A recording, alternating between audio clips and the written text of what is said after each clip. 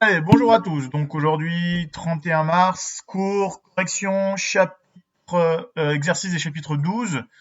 On va avancer un peu dans le chapitre 13 et puis on essaiera de corriger peut-être les exos de l'exercice du chapitre 13 si vous avez le temps de les regarder entre-temps. Alors, on y va pour le chapitre 13. Les corrections pendant les chapitres 12 exercices. Alors je vais vous partager mon écran. Comme ça, non, c'est pas ça, je me trompe, ça commence mal. Alors, partager l'écran. Voilà, donc normalement, vous allez voir mon écran là. Et du coup, on va partir sur les exos. Vous pouvez parler normalement, hein. Je crois que vous avez le droit de parler si vous voulez, on n'est pas trop nombreux. Donc si vous avez des questions, on va les faire ensemble. Alors, l'exercice, donc du coup, numéro 23, page 244. C'est celui que vous aviez à faire normalement pour la dernière fois. Alors, donc première question, on vous demande convertir. Donc on vous parle d'avion de chasse, d'accord? Un avion de chasse se déplace à peu près à 2400 km/h.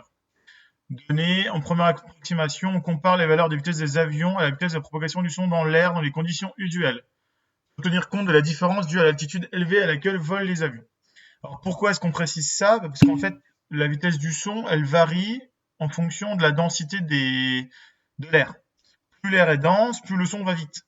D'accord? Et donc par exemple, vous avez tous vu ou entendu parler du mec qui a sauté, qui a été plus vite que le mur du son, qui a dépassé le mur du son en sautant en parachute, avant d'ouvrir son parachute évidemment.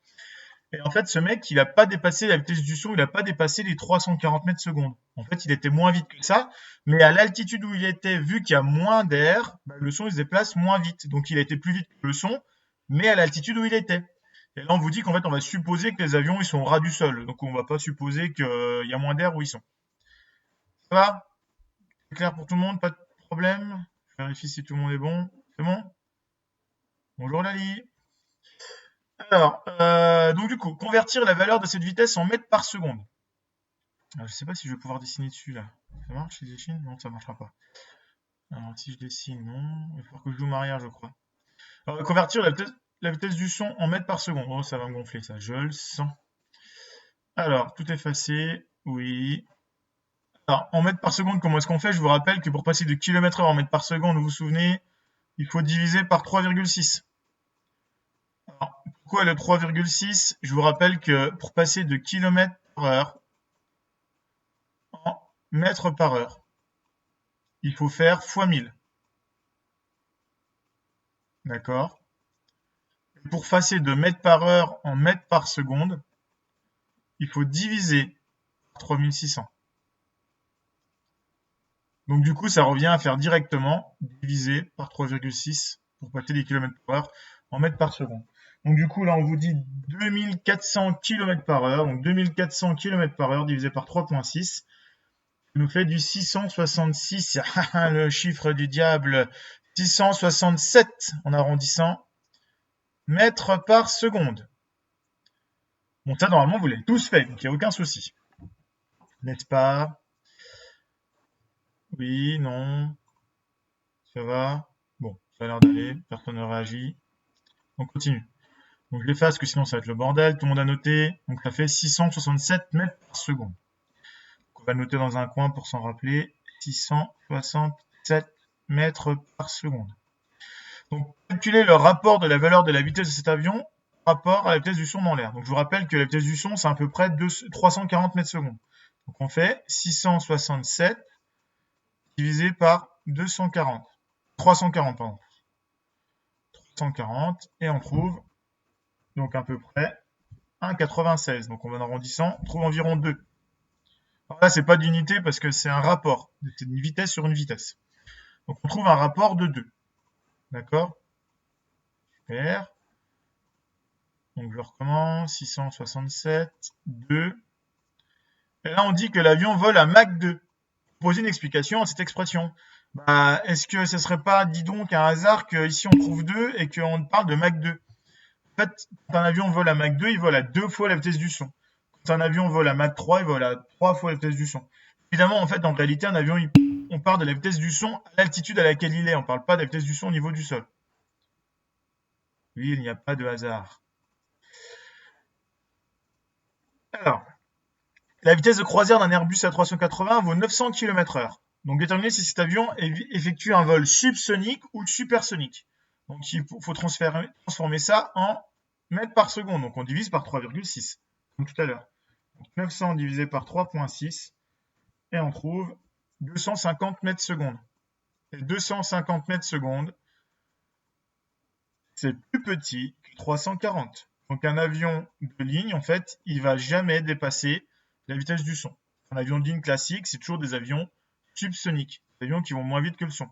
Donc il n'y a pas d'histoire de mur du son, de claquement, etc. Le seul avion qui faisait ça, si on peut appeler ça un avion de ligne, c'était le Concorde, qui allait plus vite que la vitesse du son. Il n'y en a plus en vol parce que le dernier s'est écrasé et du coup, ils ont arrêté. Des questions? Questions? On continue? Donc là, c'était l'exercice 23.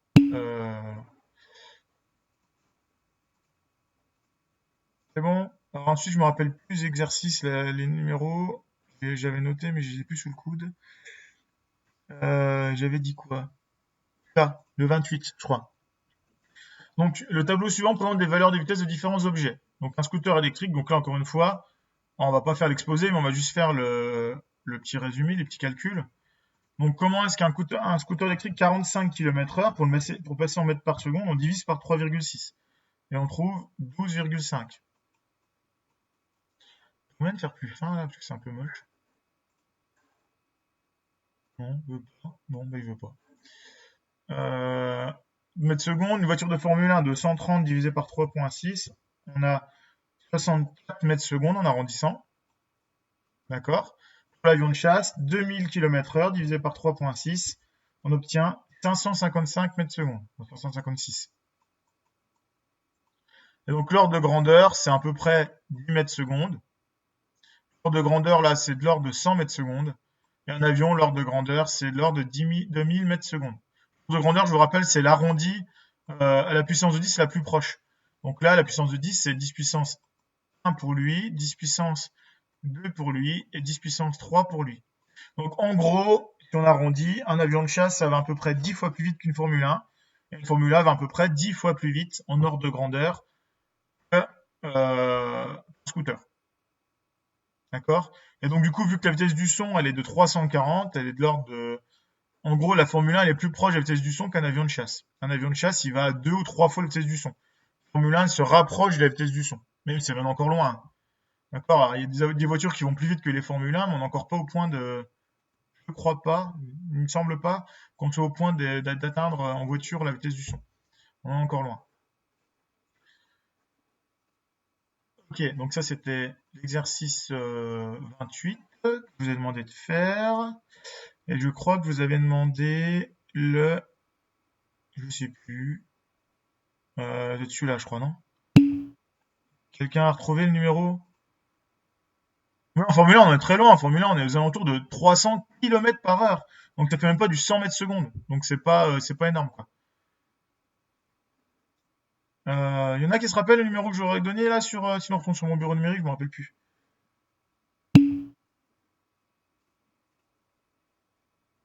Oui. Non. Bon bah on va retourner voir sur mon bureau numérique. C'est pas grave, on va perdre 30 secondes. Si ça marche. Donc pour tout le monde, hein, je pense que normalement ça marche normalement tout le monde, mon bureau numérique. Tac. Et je vous ai mis dans Moodle, du coup, vous avez le chapitre 13 pour ceux, chapitre 12, pardon, on a encore chapitre 12. Alors pour ceux qui n'ont pas vu, hein, vous avez le chapitre 12 avec les exos à faire, etc. Donc je vous ai mis les activités, bon ça on l'a déjà fait. Et les exercices à faire, le 44, page 248, c'est ça. Donc le 44, page 248. Alors pour ceux qui n'ont pas vu le chapitre 13, j'ai fait exprès, j'ai tout mis sous forme d'images. Comme ça vous pouvez les ouvrir depuis votre téléphone, il n'y a pas besoin de sortir le livre ou je sais pas quoi. Et tout qui est donné là. D'accord? On va corriger de toute façon les deux activités là pendant le live. Pendant le live, on va dire ça, ouais. Et les exos là, voilà, on peut les corrigera ou en fonction du temps, on verra. Alors, du coup, j'ai dit le 44. Donc, on repart sur le livre. 44, c'était donc celui-là. C'est bien celui que je disais. Alors, donc, on va comparer les vitesses de propagation des ultrasons de différents milieux. On dispose d'une boîte transparente étanche de longueur L égale 180. Alors, ce qu'on va faire, c'est que je vais le projeter comme ça on pourra le faire sur le tableau blanc là. Ouais, ça c'est autre chose. Tac. Ok. Alors, j'enregistre ça et je vous mets ça. C'est un peu le bordel. Oui. Je vous projette ça et on repasse sur l'autre truc. Comme ça fera moins le cirque. Voilà, tableau vide, partager des fichiers, ajouter des fichiers. Voilà, donc là on a l'exo, qui veut bien. Oui, ça doit être bon. Voilà. Alors pour comparer les vitesses de propagation des ultrasons, donc en fait ce qu'on vous dit c'est qu'on va mettre une boîte de 1,80 m, une boîte étanche. On met un générateur d'un côté et un émetteur de l'autre. L'émetteur est relié à une entrée d'un ordinateur et le récepteur à l'autre côté. Donc là c'est typiquement un TP qu'on aurait pu faire nous, hein, en TP. La distance L entre l'émetteur et le récepteur est systématiquement fixée à 1 mètre. On lance les acquisitions, on déclenche les générateurs d'ultrasons. On réalise 2 séries de mesures pour pouvoir comparer la vitesse de propagation des ultrasons dans l'air et dans le liquide, aux différentes longueurs de L. On mesure ensuite le retard du nombre d'ultrasonores dans l'air et dans le liquide.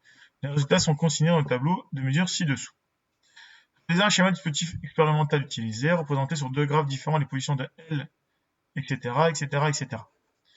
Alors, ce qu'on va faire, c'est que moi, je vais passer comme ça. Ah non, je ne vais pas pouvoir, si. Voilà, on va laisser comme ça.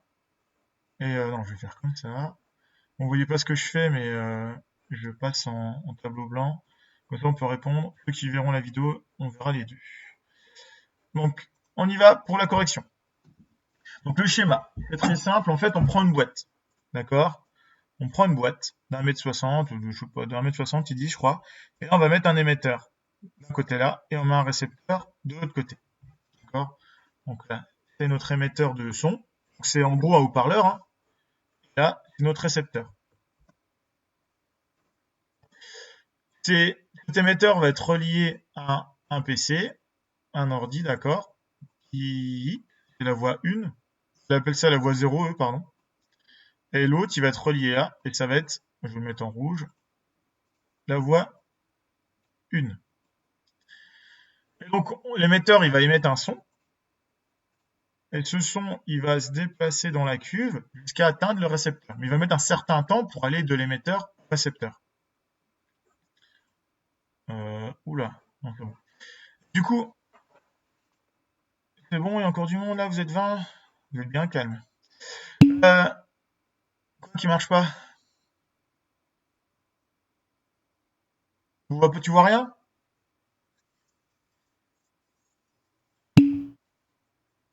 Alors si ça fait ça, il faut que normalement ça doit marcher. Il faut que tu te déconnectes, que tu te reconnectes, ça arrive des fois. C'est un peu le problème. Bon bref, de toute façon, c'est pas trop. Voilà. En gros, c'est le schéma. Donc là, c'est la question. Ensuite, on vous dit représenter sur les deux graphes différents l'évolution de L en fonction de TR de T liquide. Bah, c'est peut-être un problème avec ton ordi. Alors, donc du coup, de toute façon, au pire, t'as la vidéo, tu regarderas la vidéo après. Si ça marche pas. Bon, le graphique, je vais le faire très rapidement. Pas d'ordi. Ah bah oui, en même temps, ah oui. Ah bah c'est ça. Mais ton ordi, tu l'as pas eu du boulot? Il est où ton ordi du lycée là? Ah oui, c'est vrai qu'il était cassé. Ah oui, c'est vrai. Oh bah crotte. Hein. Je peux pas faire autrement, tu regarderas la vidéo sur YouTube après. T'étais censé l'avoir refaite en ordi normalement. Tu vais bientôt l'avoir. Il y a un moment, vous avez des ordis, faut les refaire hein, quand vous les pétez. Oui, je sais, t'as mis un coup de poing dedans dans ton sac et tralala. Puis après, il est parti, puis on l'a plus jamais revu. Oui, bah il fallait le faire avant le confinement. Bon, alors, donc on a dit, sur deux graphes différents, l'évolution de L en fonction de R et de taux liquide. Donc en gros, on va regarder l'évolution de la longueur L. Donc quand c'est l'évolution d'un truc, oui, je sais que c'est pas de ta faute, mais c'est pas grave. Et ici, on va faire taux. Je vais mettre taux liquide, voilà, en noir, et taux R dans l'autre. De toute façon, ceux qui ont des problèmes de connexion, vous allez voir sur YouTube, et puis voilà, comme ça, vous pouvez le regarder sur Internet, il n'y a pas de problème. Et donc, on va regarder, on va le faire à peu près correctement, hein, 0,6, on va mettre 0,5, 1, 1,5, 2, 2,5. Normalement, il faudrait le faire proprement, je pourrais le faire avec Excel, mais bon, on va pas passer 3 heures là-dessus. Et donc, du coup, on va prendre les autres. Donc, ça va de 0, 5, 1, 1, 5, 2. Alors, on y va. Donc, on a dit liquide, longueur L en mètres pour 1,60 m. Donc, 1,60 m, 1,50 m, 1,60 m, on est là. On a un temps de 1,08. Donc, on est ici. Le liquide. Pour 1,50 m, un peu moins, on a un temps de 1. Donc, ici. Pour 1,40 m, on a un temps de 0,90. Donc, on est là. Pour 1,20 m, donc on est là, on a un temps de 0,80, à peu près là. Bon, c'est approximatif, hein. Et pour L, 1 mètre, on est à 0,66, donc on est à peu près là. Pour 0,80, on est à 0,52, donc 0,80 et 0,52, on est à peu près là. Et pour 0,60, on est à 0,40, donc on est là. Ok, donc maintenant je refais pareil pour le TR, et je passe en rouge. TR, on voit que pour 1,60 m, j'ai 4,60. Ah, j'ai mal compté, j'aurais dû faire, j'ai pas fait gaffe à l'échelle. Donc 1, 2, 3, 4, 50. Donc pour TR, on a 4,60. Bon, du coup, il va y avoir un point qui va être très loin. Pour 1,60 m, on va être ici. Pour 1,50 m, on est à 4,36. 2. Donc là, je répète qu'on est à 2, 3, 4. 36, on est là. Pour 1,40 m, on est à 3,42. 3, 4, on est ici. Pour 1 mètre, on est à 2,94. Donc pour 1, on est à 2,94, on est là. C'est approximatif encore une fois, hein, je vous rappelle. Pour 0,80, on est à 2,28. 0,80, 2,28, on est à peu près là. Et puis pour 0,60, on est à 1,68. Donc 0,60, on est à 1,68, on est là. Donc déduire de ces deux représentations graphiques, enrichir notre démarche les valeurs de la vitesse de propagation de l'ultrason dans le liquide et dans l'air. Donc comment est-ce qu'on fait ça? En fait, ici, on voit qu'on a deux droites. On a une droite qui est comme ça, à peu près, pour l'une, et pour l'autre, on a une droite qui est comme ça. Et en fait, ici, on a en gros une longueur et un temps. Et qu'est-ce qui relie la longueur et le temps? V égale D sur T. D sur delta T. Je vous rappelle que delta, ça veut dire une différence de temps. Donc ici, notre distance, c'est grand L, ici, et notre delta T, c'est tau. C'est le temps qu'il a mis pour faire l'aller-retour. Donc du coup, la vitesse, en fait, si je représente L égale, j'en déduis donc L, c'est V fois le tau, fois la distance tau, fois le temps tau. D'accord? Donc ici, ça, c'est notre coordonnée. Enfin, je vais l'écrire parce que... Ah non, pas possible. Je peux pas revenir en arrière. Oh, c'est pas vrai. Le boulet. Bon, on avait une droite comme ça, d'accord? Et pour l'autre, on avait une droite comme ça. Et en fait, on a vitesse, on a longueur égale vitesse fois le temps, fois le taux. D'accord, je vais grossir un peu parce que c'est tout petit. Et du coup, en fait, ici, dans notre cas, le coefficient directeur de la droite, c'est V. Et donc, pour mesurer le coefficient directeur, il faudrait prendre les valeurs extrêmes et puis faire, vous vous rappelez comment on fait un coefficient directeur, on fait Y, on prend deux points, un point B de la droite et un point A, et on fait coefficient directeur, on appelle petit k en maths, c'est YB moins YA sur XB moins XA. Et du coup, sur le calcul, on peut trouver les coefficients directeurs. Alors, je vais le faire rapidement, j'ai plus le graphique là, mais bon, si vous voulez, on peut le faire. Allez, on va le faire vite fait avec Excel, comme ça je vous montre ce que ça donne. On va passer un peu de temps là-dessus, c'est pas grave. Bon, partager l'écran. Normalement, vous allez voir mon écran. Ok, c'est bon. Alors, ce qu'on va faire, c'est qu'on va faire un nouveau fichier. On va le faire graphiquement, d'accord? Donc, je reprends les valeurs du tableau. Tac, ici, on va mettre L. pouvez faire chez vous hein, si vous voulez. Hein. Donc c'est 1.6, 1.5, 1.4. Ouais, super, ça marche pas.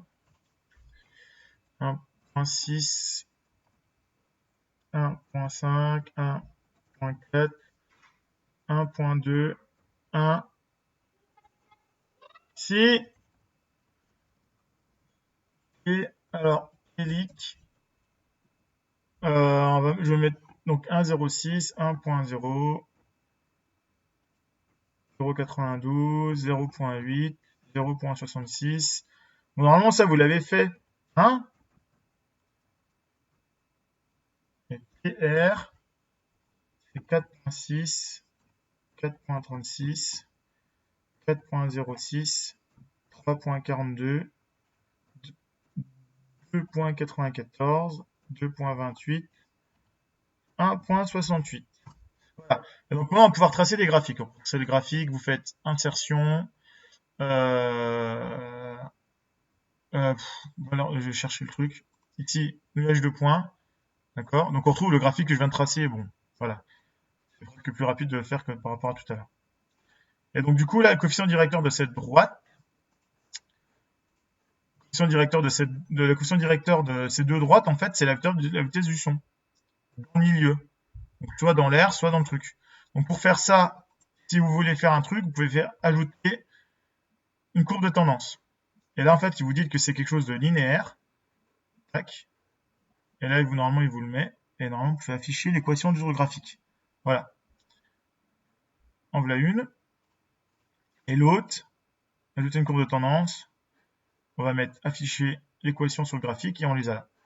Alors, vous allez me dire, c'est bizarre, on trouve pas une vitesse. Parce qu'on trouve, en fait, là, la distance, elle est en mètres. Et le temps, il est en millisecondes.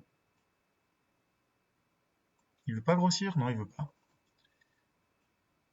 On va grossir. Ah! Comment on fait pour augmenter la taille de ce truc? Voilà. Donc ici, en fait, le coefficient directeur là que vous avez, c'est quelque chose, mais c'est en mètres par milliseconde. Donc mis en mètres par seconde, on trouve pour l'air. J'arrive. Et là, donc ici, on trouve. Ah, j'ai pas de bêtises. La vitesse. Donc en bleu, c'était pour liquide. Oh là, il y a une erreur là. Il y a une erreur. C'est ouf. Ah oui, il a fait le mauvais graphique. Ah! On recommence. Je l'ai pas vu, vous auriez pu me le dire, il a fait à l'envers. C'est ça qu'on trouve un truc bizarre. On recommence. Insertion. Nuage de points. En fait, il a inversé le X et les Y. Alors, je sais plus comment on fait.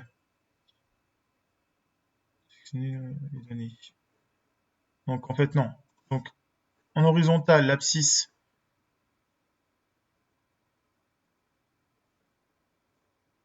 Enfin, intervertir une colonne, c'est peut-être ça. Et non, c'est pas ça. Oh, je suis fatigué. Bon, bref. Ce qu'on trouve, en fait, vous avez trouvé un truc, c'est l'inverse. Il y en a qui me parlent. Tac. Alors, oui, en fait, ce que vous trouvez, c'est l'inverse. C'est pas grave, on va le faire comme ça. Donc, on vérifie. Est-ce que c'est des secondes dans l'exercice? Je me rappelle plus. Non, c'est en millisecondes. Donc, le résultat, il faudra pas oublier de le faire fois 1000. D'accord? Donc, on y va, on recommence. C'est pas grave, je vais pas m'embêter à faire le truc. Je ne sais plus, il faudra que je regarde, mais faudra que j'inverse, mais c'est pas grave. On va inverser l'équation sur le graphique. On trouve 2 virgules. Donc, ça, c'est pour l'eau. Pour l'air ou pour l'eau, je sais plus. En jaune, ça doit être le liquide, le premier. Donc, si on fait le graphique, là, non, c'est série 2, donc c'est pour l'air. Donc, vous faites 1 divisé par 2.9562, donc c'est dans l'air, fois 1000. Et si vous faites le calcul, vous trouvez 338. Donc, pour l'air, on trouve 338, donc c'est logique, c'est ce qu'on devait trouver. Et pour l'eau, cette équation-là, alors là, moi, vu qu'elle est à l'envers, il va falloir que je fasse l'inverse du coefficient directeur. Donc, le coefficient directeur, là, il vaut 0,0068. Donc, je fais 1 divisé par 0.6668. Je trouve 1,49 fois 1000. Parce que c'est en millisecondes et je trouve 1500 mètres par seconde. Donc en fait, on va retrouver le, les valeurs normales. Je répète, je vais le refaire, je vais remettre un tableau blanc. Tac, c'est là, tableau blanc, sur mon plein écran. Donc ici, donc on a dit le coefficient directeur, il y en a un, c'était 1 divisé par, pour mon graphique, hein, 0,06668. Ah non, il manque un, il y a un 0 de trop, pardon, celui-là. Et donc on trouve un coefficient directeur qui vaut 1,49 normalement sur votre graphique, et fois 1000 pour le mettre en mètres par seconde. On trouve pour l'eau, donc ça c'est pour l'eau, hein. On trouve 1499 mètres secondes. D'accord? Donc c'est bien, c'est bien plus élevé que la valeur dans l'air.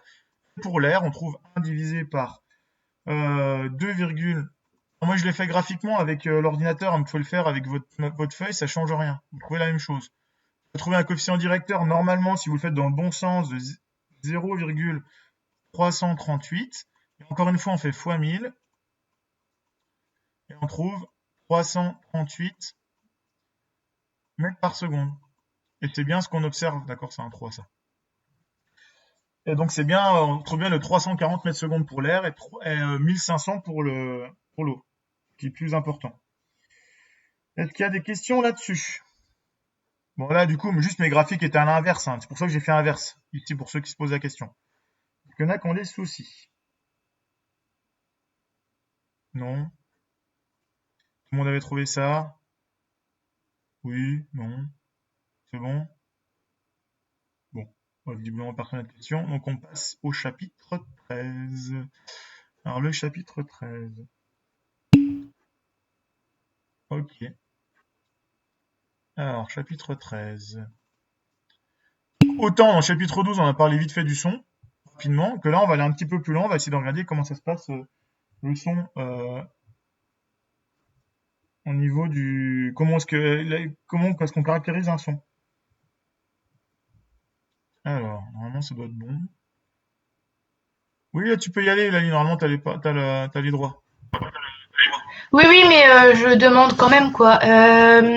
Pour le chapitre 13 dans Moodle, là, les activités là que vous avez mis et les exercices, Ouais? c'est ceux que il y aura à faire pour la prochaine séance? Bah, normalement, ça va faire pour aujourd'hui, mais on va les C'est à faire corriger, pour là. aujourd'hui? D'accord. Mais vous pouvez nous donner les exercices sur le chapitre du coup là, après qu'on l'ait vu? Parce que des fois, c'est dur à comprendre, genre tout seul. Ah, le but, c'est que je mette tout ensemble et vous le faites à votre rythme, si vous voulez. Mais oui, si tu veux, ça change rien, t'es pas obligé de les faire tout de suite, hein. Les exos, là, les exos du chapitre 13, on va pas les corriger tout de suite. On les corrigera à la séance d'après. En gros, à chaque fois, ce qu'on fait, c'est qu'on corrige les exos du chapitre d'avant, comme ça on voit si vous avez des questions. On fait le chapitre et les activités, et après, les exos du chapitre là, vous les avez à faire pour le coup d'après. Tu comprends? Comme ça, là, les exos du chapitre 13, concrètement, on les corrigera pas aujourd'hui, quoi. Alors, donc le chapitre 13. C'est là que ça devient rigolo. En fait, ici, on va parler du son en général. Et le son en général, en fait, il y a, comment dire, je cherche mon application. Voilà, on peut pas tout entendre. Par exemple, un chien. Si quelqu'un qui a si des gens qui ont des chiens, quand il y a ce qu'on appelle des sifflets pour chiens, en fait, vous sifflez dedans, nous on n'entend rien. D'accord? De la même façon, des fois, il y a vos parents, vos grands-parents, ils n'entendent pas certains sons, des sons qui sifflent, et vous les entendez. Et ben en fait, tout simplement parce que nous, on est capable d'entendre une certaine gamme de fréquences. On peut entendre des fréquences, d'autres n'entendent pas. Donc là, par exemple, j'ai installé l'application sur mon téléphone qui permet de visualiser des sons. Donc là, par exemple, je suis à peu près à 20 Hz.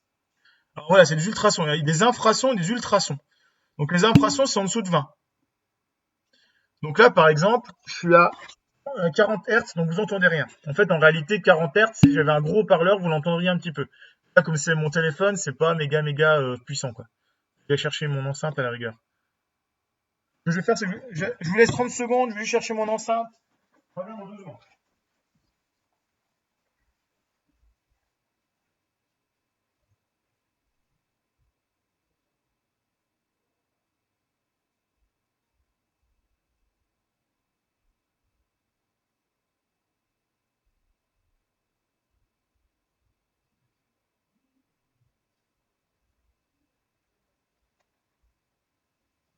Voilà. Donc là, ça va être c'est bon, me voilà. Donc là, je vous ai mis un son à 73 Hz. Je sais pas si vous entendez. Vous tendez bien l'oreille, je vais me taire.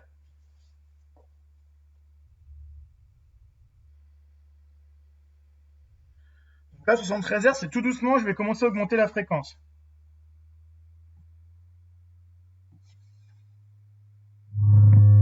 Alors voilà, je monte un peu le son. Donc là, on a 100 Hz. D'accord? Donc là, j'augmente. 167, 170 Hz. Je baisse un peu parce que ça gueule. Et en fait, on peut voir qu'on va augmenter. Donc là, on entend, et plus on monte, plus on va être aigu.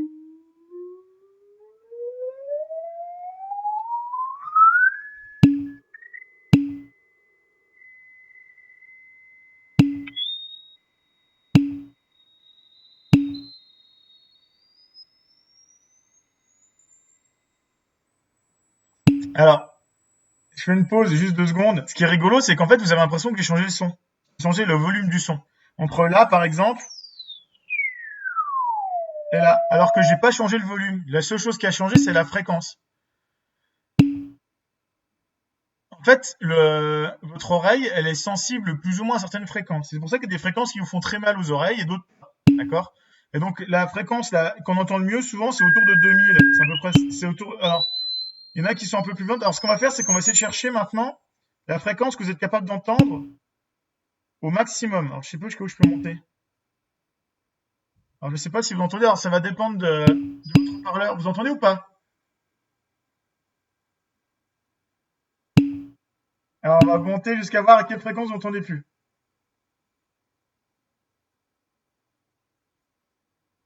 Alors, moi, par exemple, là, j'entends. Alors, je vais augmenter jusqu'à atteindre un chiffre que j'entends plus. Là, j'entends plus. J'entends un petit peu. Ok, donc là, en fait, bon, ça dépend après. Là, vraiment, votre micro, il va changer. Mais en gros, voilà, là, on était à 17 000 Hz. 17 000 Hz, il y avait du son. Moi, je l'entendais un petit peu parce que j'étais à côté, mais pas vous. En gros, tout ça pour vous dire qu'on est capable, en fait, d'entendre des fréquences. Et en fait, usuellement, quand on parle de fréquences, de sons qu'on est capable d'entendre, nous, on suppose qu'on est capable d'entendre entre, voilà, 20 Hz et 20 000. Donc entre 20 Hz et 20 kHz.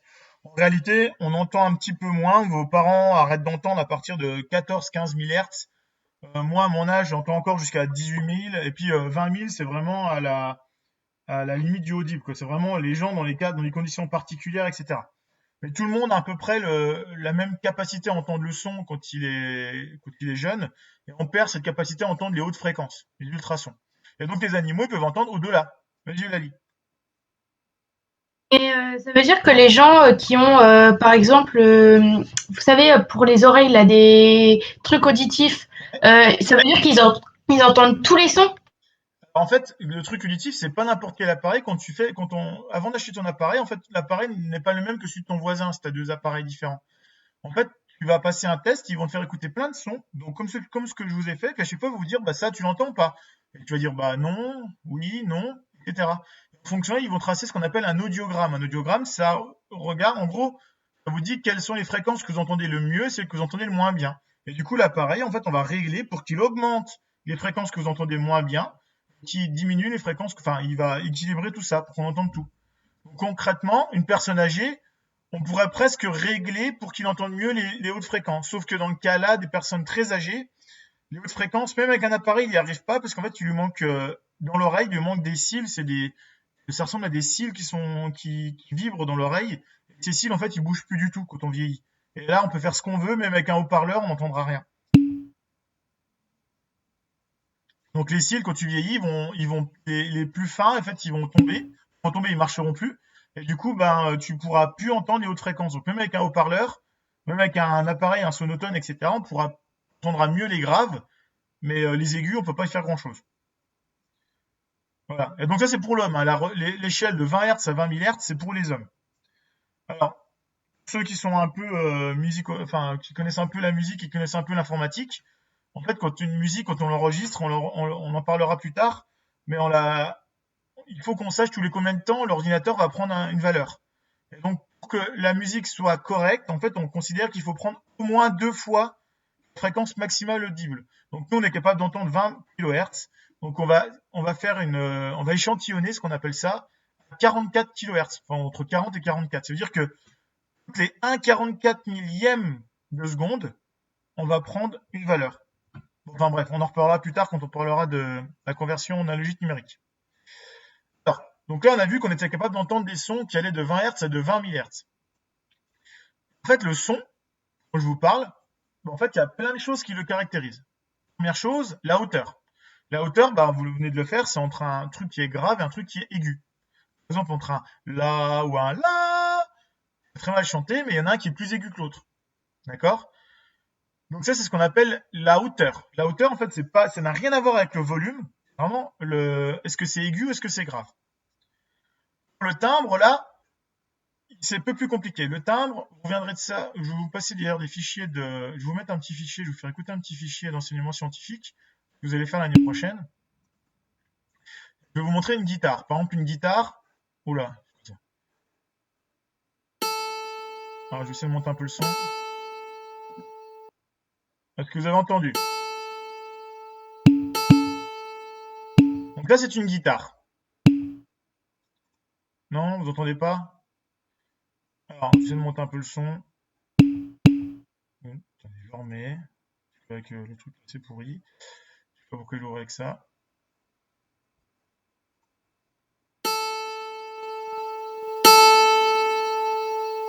Donc ça, c'est une guitare. Ça, c'est un la de guitare.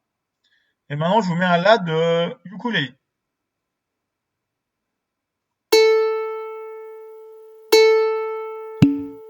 Donc on voit que ça sonne pas pareil. Bon, bref, c'est pas grave. Il n'y a pas besoin de l'entendre. Au pire, ce que je voulais dire, c'est que si vous faites un la d'une flûte, ou un la d'une guitare, ou un la d'un djembé, ou un la de je sais pas quoi, le son n'est pas du tout pareil. Et pourtant, c'est la même fréquence. C'est-à-dire que la note est la même. Ce qui va changer, c'est ce qu'on appelle, c'est pas la même chose, oui, c'est ce qu'on appelle le timbre. Le timbre, en fait, euh, c'est en gros comment vous percevez la note.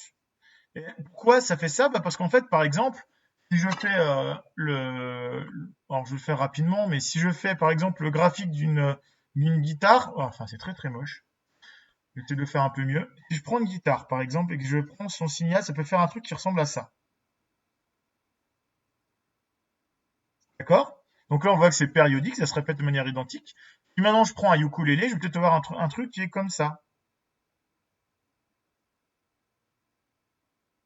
Ouais, je termine mon dessin. Voilà. Vous vous rendez compte qu'en fait les deux ici, ils ont la même fréquence en gros. Ils se répètent de manière à l'identique.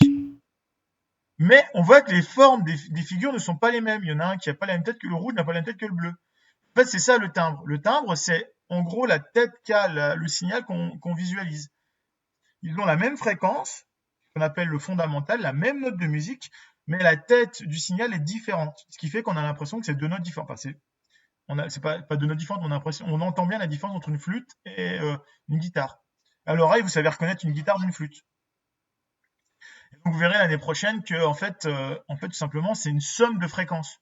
C'est la somme de la note. Donc par exemple si c'est un la, ça va être par exemple on vous a mis quoi le la si c'est un do par exemple 262 Hz, donc un do c'est 262, et ben vous pouvez rajouter plein d'autres fréquences en plus pour faire un timbre différent. Et c'est comme ça que vous avez des timbres différents entre une guitare et une flûte, etc. Et la troisième chose que vous devez savoir sur ce chapitre-là, c'est la puissance, l'intensité. En fait, vous faites un son, vous pouvez faire un son fort ou un son faible, mais le même son. Donc la fréquence ne changera pas. Et ça, c'est ce qu'on appelle l'intensité sonore. Donc l'intensité sonore, elle se mesure normalement en watts par mètre carré. Le watt par mètre carré, c'est en gros la puissance, parce que je vous ai dit, c'est une compression de l'air qui appuie sur votre tympan. Donc la puissance, elle se mesure en watts par mètre carré, ce qu'on appelle l'intensité. Mais le problème, c'est que si on comptait en watts par mètre carré, c'est le cirque, parce qu'en fait, par exemple, si je vous parle tout doucement, ou si je vous parle plus fort, la puissance, elle peut être multipliée par 1000, voire 10 000. Et du coup, si on sait ça sur une échelle, ça serait tout simplement pas compréhensible, ça part trop en sucette, c'est trop compliqué. Donc on utilise une autre échelle, beaucoup plus pratique, qui s'appelle les décibels. Et les décibels, c'est une échelle, en fait, qui est une échelle logarithmique. Ça, c'est attention, faut faire attention. C'est-à-dire que si on multiplie le son par 2, la puissance sonore par 2, donc on passe par exemple de 10 watts par mètre carré à 20 watts par mètre carré, et ben les décibels, ils sont pas multipliés par 2. Mais ça, c'est pas trop à retenir cette année. Ce qui est juste à retenir, c'est que voilà, on peut mesurer le son, l'intensité sonore par les décibels. Je reviendrai dessus de toute façon l'année prochaine. Alors, je voulais pas vous faire peur, mais je vous l'ai mise quand même. La formule, voilà, c'est celle-là que vous devrez savoir l'année prochaine pour savoir mesurer le niveau sonore. Donc, le niveau sonore en décibels, il faut faire 10 fois log, c'est un truc sur votre calculatrice, de l'intensité sonore que vous percevez sur un chiffre. Voilà. Alors, justement, je vous ai mis le petit résumé du bouquin qui n'était pas trop mal fait. Par exemple, la différence entre un mec qui joue à la flûte, un mec qui fait un diapason, un mec qui fait de la trompette ou etc. La différence, c'est que ici, les 3-6 trucs ont exactement la même fréquence. D'accord? Si je prends le carré là et que je le mets là, on voit qu'on retrouve le même signal. Donc c'est la même note entre les deux. C'est la même note, mais ils n'ont pas la même forme de figure. Donc du coup, entre la trompette et la flûte, les deux, c'est la même note, mais ce ne sera pas le même timbre. Et pour mesurer l'intensité sur un graphique, l'intensité sonore, c'est tout simplement la hauteur du son. D'accord? Donc là, ils ont pris l'exemple de 2 graphiques. Ici, ce truc-là, c'est la même note que celle du dessus, sauf qu'on voit qu'elle est plus grande. Donc l'intensité, là, il fait plus fort. Ouais. Est-ce qu'il y a des problèmes sur le graphique? Est-ce qu'il y a des soucis? Est-ce que tout va bien? Donc, pour résumer, on est capable d'entendre entre 20 Hz et 20 kHz. Plus on va vers les 20 Hz, plus c'est grave. Plus on va vers la droite, plus c'est aigu. Donc ce qu'on appelle la hauteur d'un son. Ensuite, le timbre, on ne peut pas le représenter sur un graphique. Parce que le timbre, c'est comment est-ce que vous percevez le son. D'accord? La dernière chose, c'est le niveau d'intensité sonore. Donc je disais, le niveau d'intensité sonore, par exemple, entre un vent léger, c'est 10 puissance moins 10 watts par mètre carré. Donc je vais prendre la main. Le vent léger ici, c'est 10 puissance moins 10 watts par mètre carré. Lorsque vous multipliez par 10 milliards, on arrive sur le moment où vous avez mal aux oreilles. Et entre les deux, il y a une échelle. Entre le moment où vous entendez quasiment rien et le moment où ça vous fait mal, il y a 10 milliards entre les deux. 10 milliards sur un graphique, c'est pas représentable, c'est trop chiant. Donc du coup, ce qu'on fait, c'est qu'on utilise une échelle logarithmique. Et là, on voit que c'est beaucoup plus simple. Le seuil, le vent léger, c'est 20, et la douleur, c'est 120. Voilà, donc c'est plus facile à manipuler dans la vie de tous les jours. Dire 80 décibels que dire 10 puissance moins 3 watts par mètre carré, c'est plus simple. Et surtout, c'est plus facile parce que c'est une échelle qui n'est pas linéaire. Alors, vos écouteurs, normalement, ils sont bridés en pratique autour de 80 ou 90, je crois. Il y a je sais plus, il faudrait que je regarde la valeur maximale sur les écouteurs, mais je sais qu'il y a une valeur, c'est bridé obligatoirement, vous ne pouvez pas augmenter plus. D'accord? Alors, du coup, je vous avais mis des activités à faire. Alors, on va faire comment? On va faire les exos, vous les ferez pour la prochaine fois. On va regarder les activités. Alors, j'ai mis page 234, mais je crois que ça va être crado, donc je vais vous projeter mon écran, ça sera plus simple. Alors, page 234. Non, je suis en avant ça. Je mets la page 234. 254, qu'est-ce que je dis, 234? Alors, on va y arriver. Je vous projette l'écran.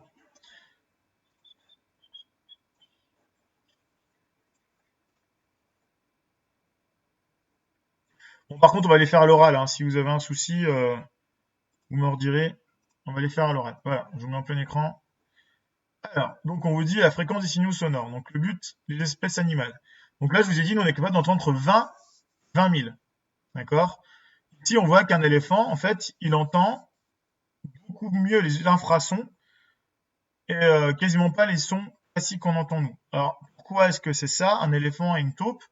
Une taupe surtout parce que c'est, en fait, ce qu'ils entendent, c'est les vibrations du sol. Et du coup, c'est vachement utile pour eux. Entendre les vibrations du sol parce que ça peut venir de très loin.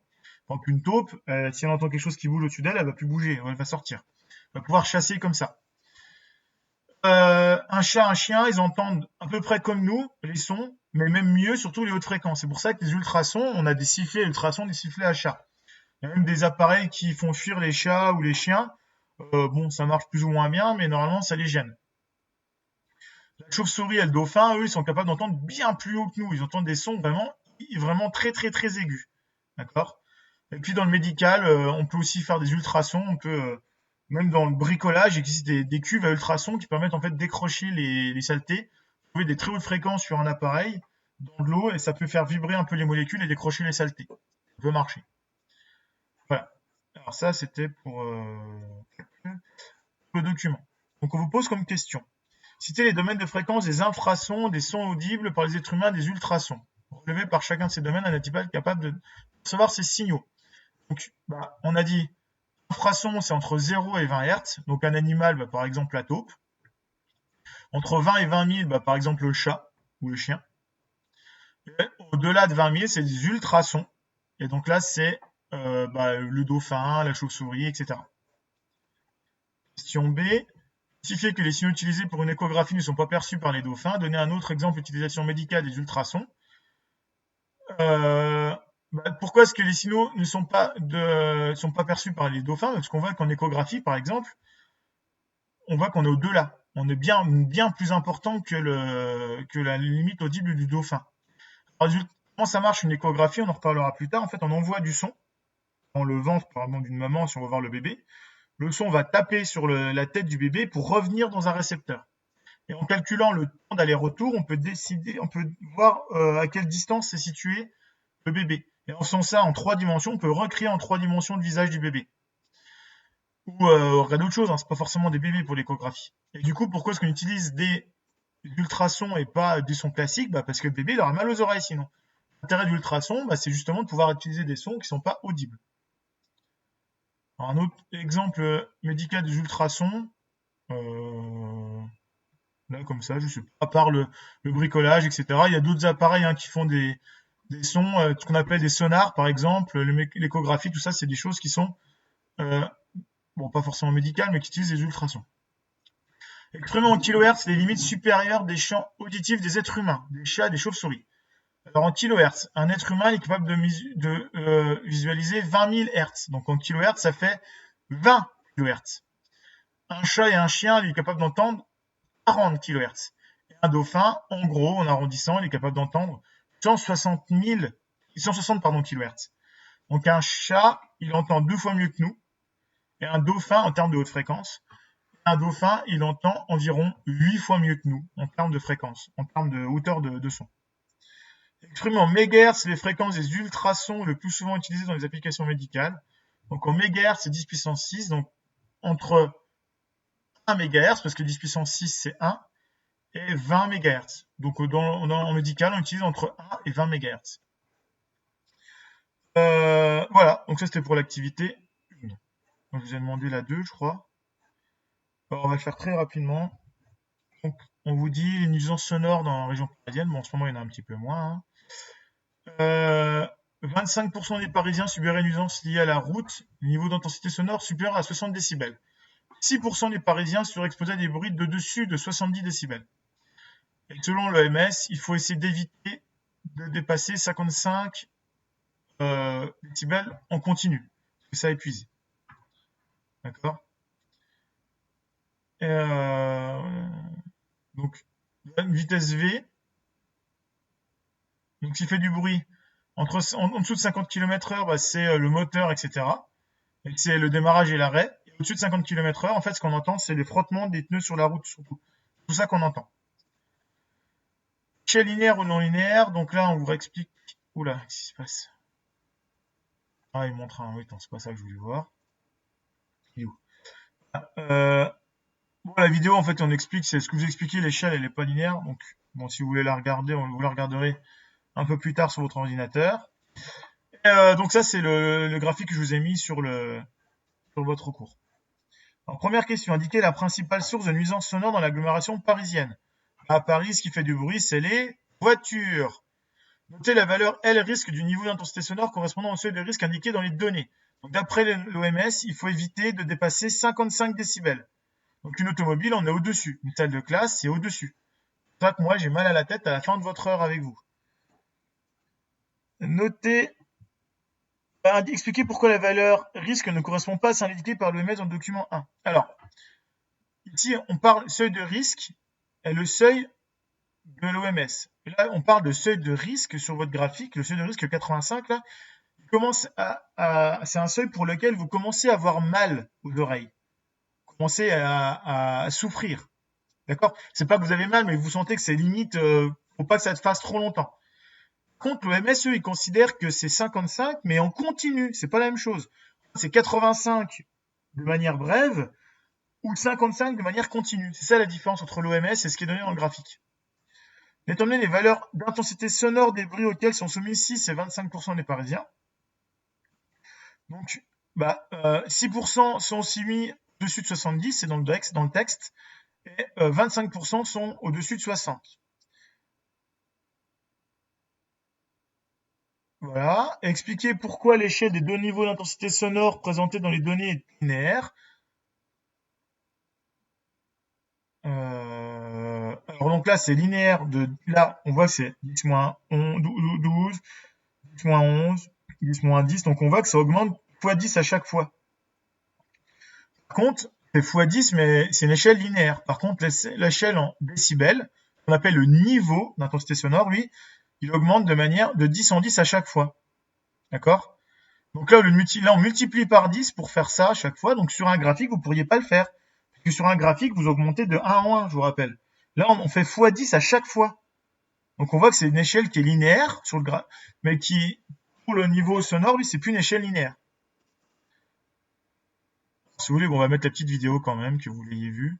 Pour ceux qui... Donc c'est M3 ont des signaux, chapitre 13. Et ils l'ont mis où? Activité 2. Voilà, effet logarithmique. Je mets la petite vidéo. Non, ça marche plus. Si. Voilà, je sais pas si vous voyez. On met du son. Et comment elle fonctionne. Alors j'imagine que tu es déjà familier avec l'échelle linéaire, hein, c'est l'échelle qui apparaît en permanence 10. Je pars peu, d'accord. Donc pour aller de 20 vers 10, voilà, eh ben, je soustrais 10 et... Alors que dans une échelle non linéaire, par exemple intensité sonore, en fait on fait x10. Donc sur le graphique, et tu vas voir que ça marche aussi dans l'autre sens. Quand je vais dans le sens inverse, en fait, au lieu de multiplier par 10, je divise par 10. 100 linéaire. divisé par 10 donne 10. 1 divisé par 10 donne 1 dixième. 1 dixième, qu'on peut aussi écrire 10 puissance moins 1. Donc tu vois bien que ça marche aussi dans ce sens-là. On va obtenir 10 puissance moins 1, puis 10 puissance moins 2, etc. etc. Voilà. Et donc voilà. Bon, on va pas aller jusqu'au bout, mais globalement, voilà, vous avez compris la différence entre une échelle logarithmique et une échelle linéaire. Normalement, vous l'avez déjà vu. Et je crois que c'est tout ce que je vous avais donné comme exercice. Ouais, je vous ai donné que les deux là. Ok. Alors, du coup, je reprends la main, je partage un tableau vide. Est-ce qu'il y en a qui ont des questions? C'est quoi qu'on divise par 10? C'est l'intensité sonore. Par exemple, là, si je te parle doucement, c'est peut-être 100 watts par mètre carré. En fait, c'est beaucoup moins que ça. C'est 0,1 par exemple. D'accord? Si je te parle très fort, en fait, ça va peut-être être... c'est pas terrible ce que je fais, là, je recommence. Ouais, Loan. Donc du coup, imaginons qu'on parle entre un truc qui parle tout doucement, c'est peut-être 0,01 watts par mètre carré. D'accord? Donc ça fait du 10 puissance moins 4. Quelqu'un qui parle, moins 5, pardon. Quelqu'un qui va parler très fort, ça va peut-être être 100 fois plus. Mais j'ai fait 10 fois plus là. Fatigué. Donc là, voilà. Donc ici, si vous parlez très fort, vous allez peut-être avoir 10 fois plus. Et donc si vous voulez représenter ça sur une échelle, oui, c'est pas faux. Si vous représentez ça sur une échelle, graphiquement, vous avez l'habitude de mettre 0, 1, 2, etc. Bah, je vous mets au défi de me représenter un truc qui va passer de ça à ça sur un graphique. Quasiment impossible en graduant de 1 en 1. Donc on est obligé de graduer en fait, on va faire une autre échelle qu'on appelle une échelle logarithmique. On va dire, ici, on va mettre 10 puissance 0, par exemple, donc c'est-à-dire 1. Puis 10 puissance 1, ça correspond à 10, 10 puissance 2, etc. Sur mon graphique. En fait, ça permet de représenter des trucs super grands, enfin des écarts super grands, Alors qu'on voit qu'on peut mettre, on est sur ce graphique-là, je peux mettre des valeurs, par exemple, de 5. 5, ça va être là sur mon graphique. Je le mets en rouge. D'accord? Si je veux représenter 50, bah, ça va être là. Et si je veux représenter 500, ça va être là. Alors que sur un graphique classique, si je mets un graphique classique, bah, bon courage hein, pour représenter 5, 50 et 5. Donc là, je vous rappelle, c'était 5, 50 et 500. Ouais, sur un graphique classique, ici, en petit grand 1, 2, etc., bah, allez-y me faire rentrer 5 et 50 et 500. On fera un graphique extrêmement long, on pourrait pas. Ouais? Est-ce que c'est un peu plus clair pour vous l'échelle logarithmique? Ok, bon. Bon, on va s'arrêter là, je crois, s'il y a manqué des questions. Donc, je vous laisse faire les exos que je vous ai mis là pour la prochaine fois. Et puis, je mettrai le chapitre 14, du coup, en ligne, je pense, jeudi ou vendredi. Bon, je pense qu'on n'est pas trop mal comme rythme comme ça. Bon, on se revoit la semaine prochaine à même heure. Ça, à chaque fois, je vous donne 2-3 exos, un petit chapitre à lire. Et puis, on fait ça ensemble le mardi, comme ça, je vous pourris pas trop votre journée. Allez, bonne journée à tous!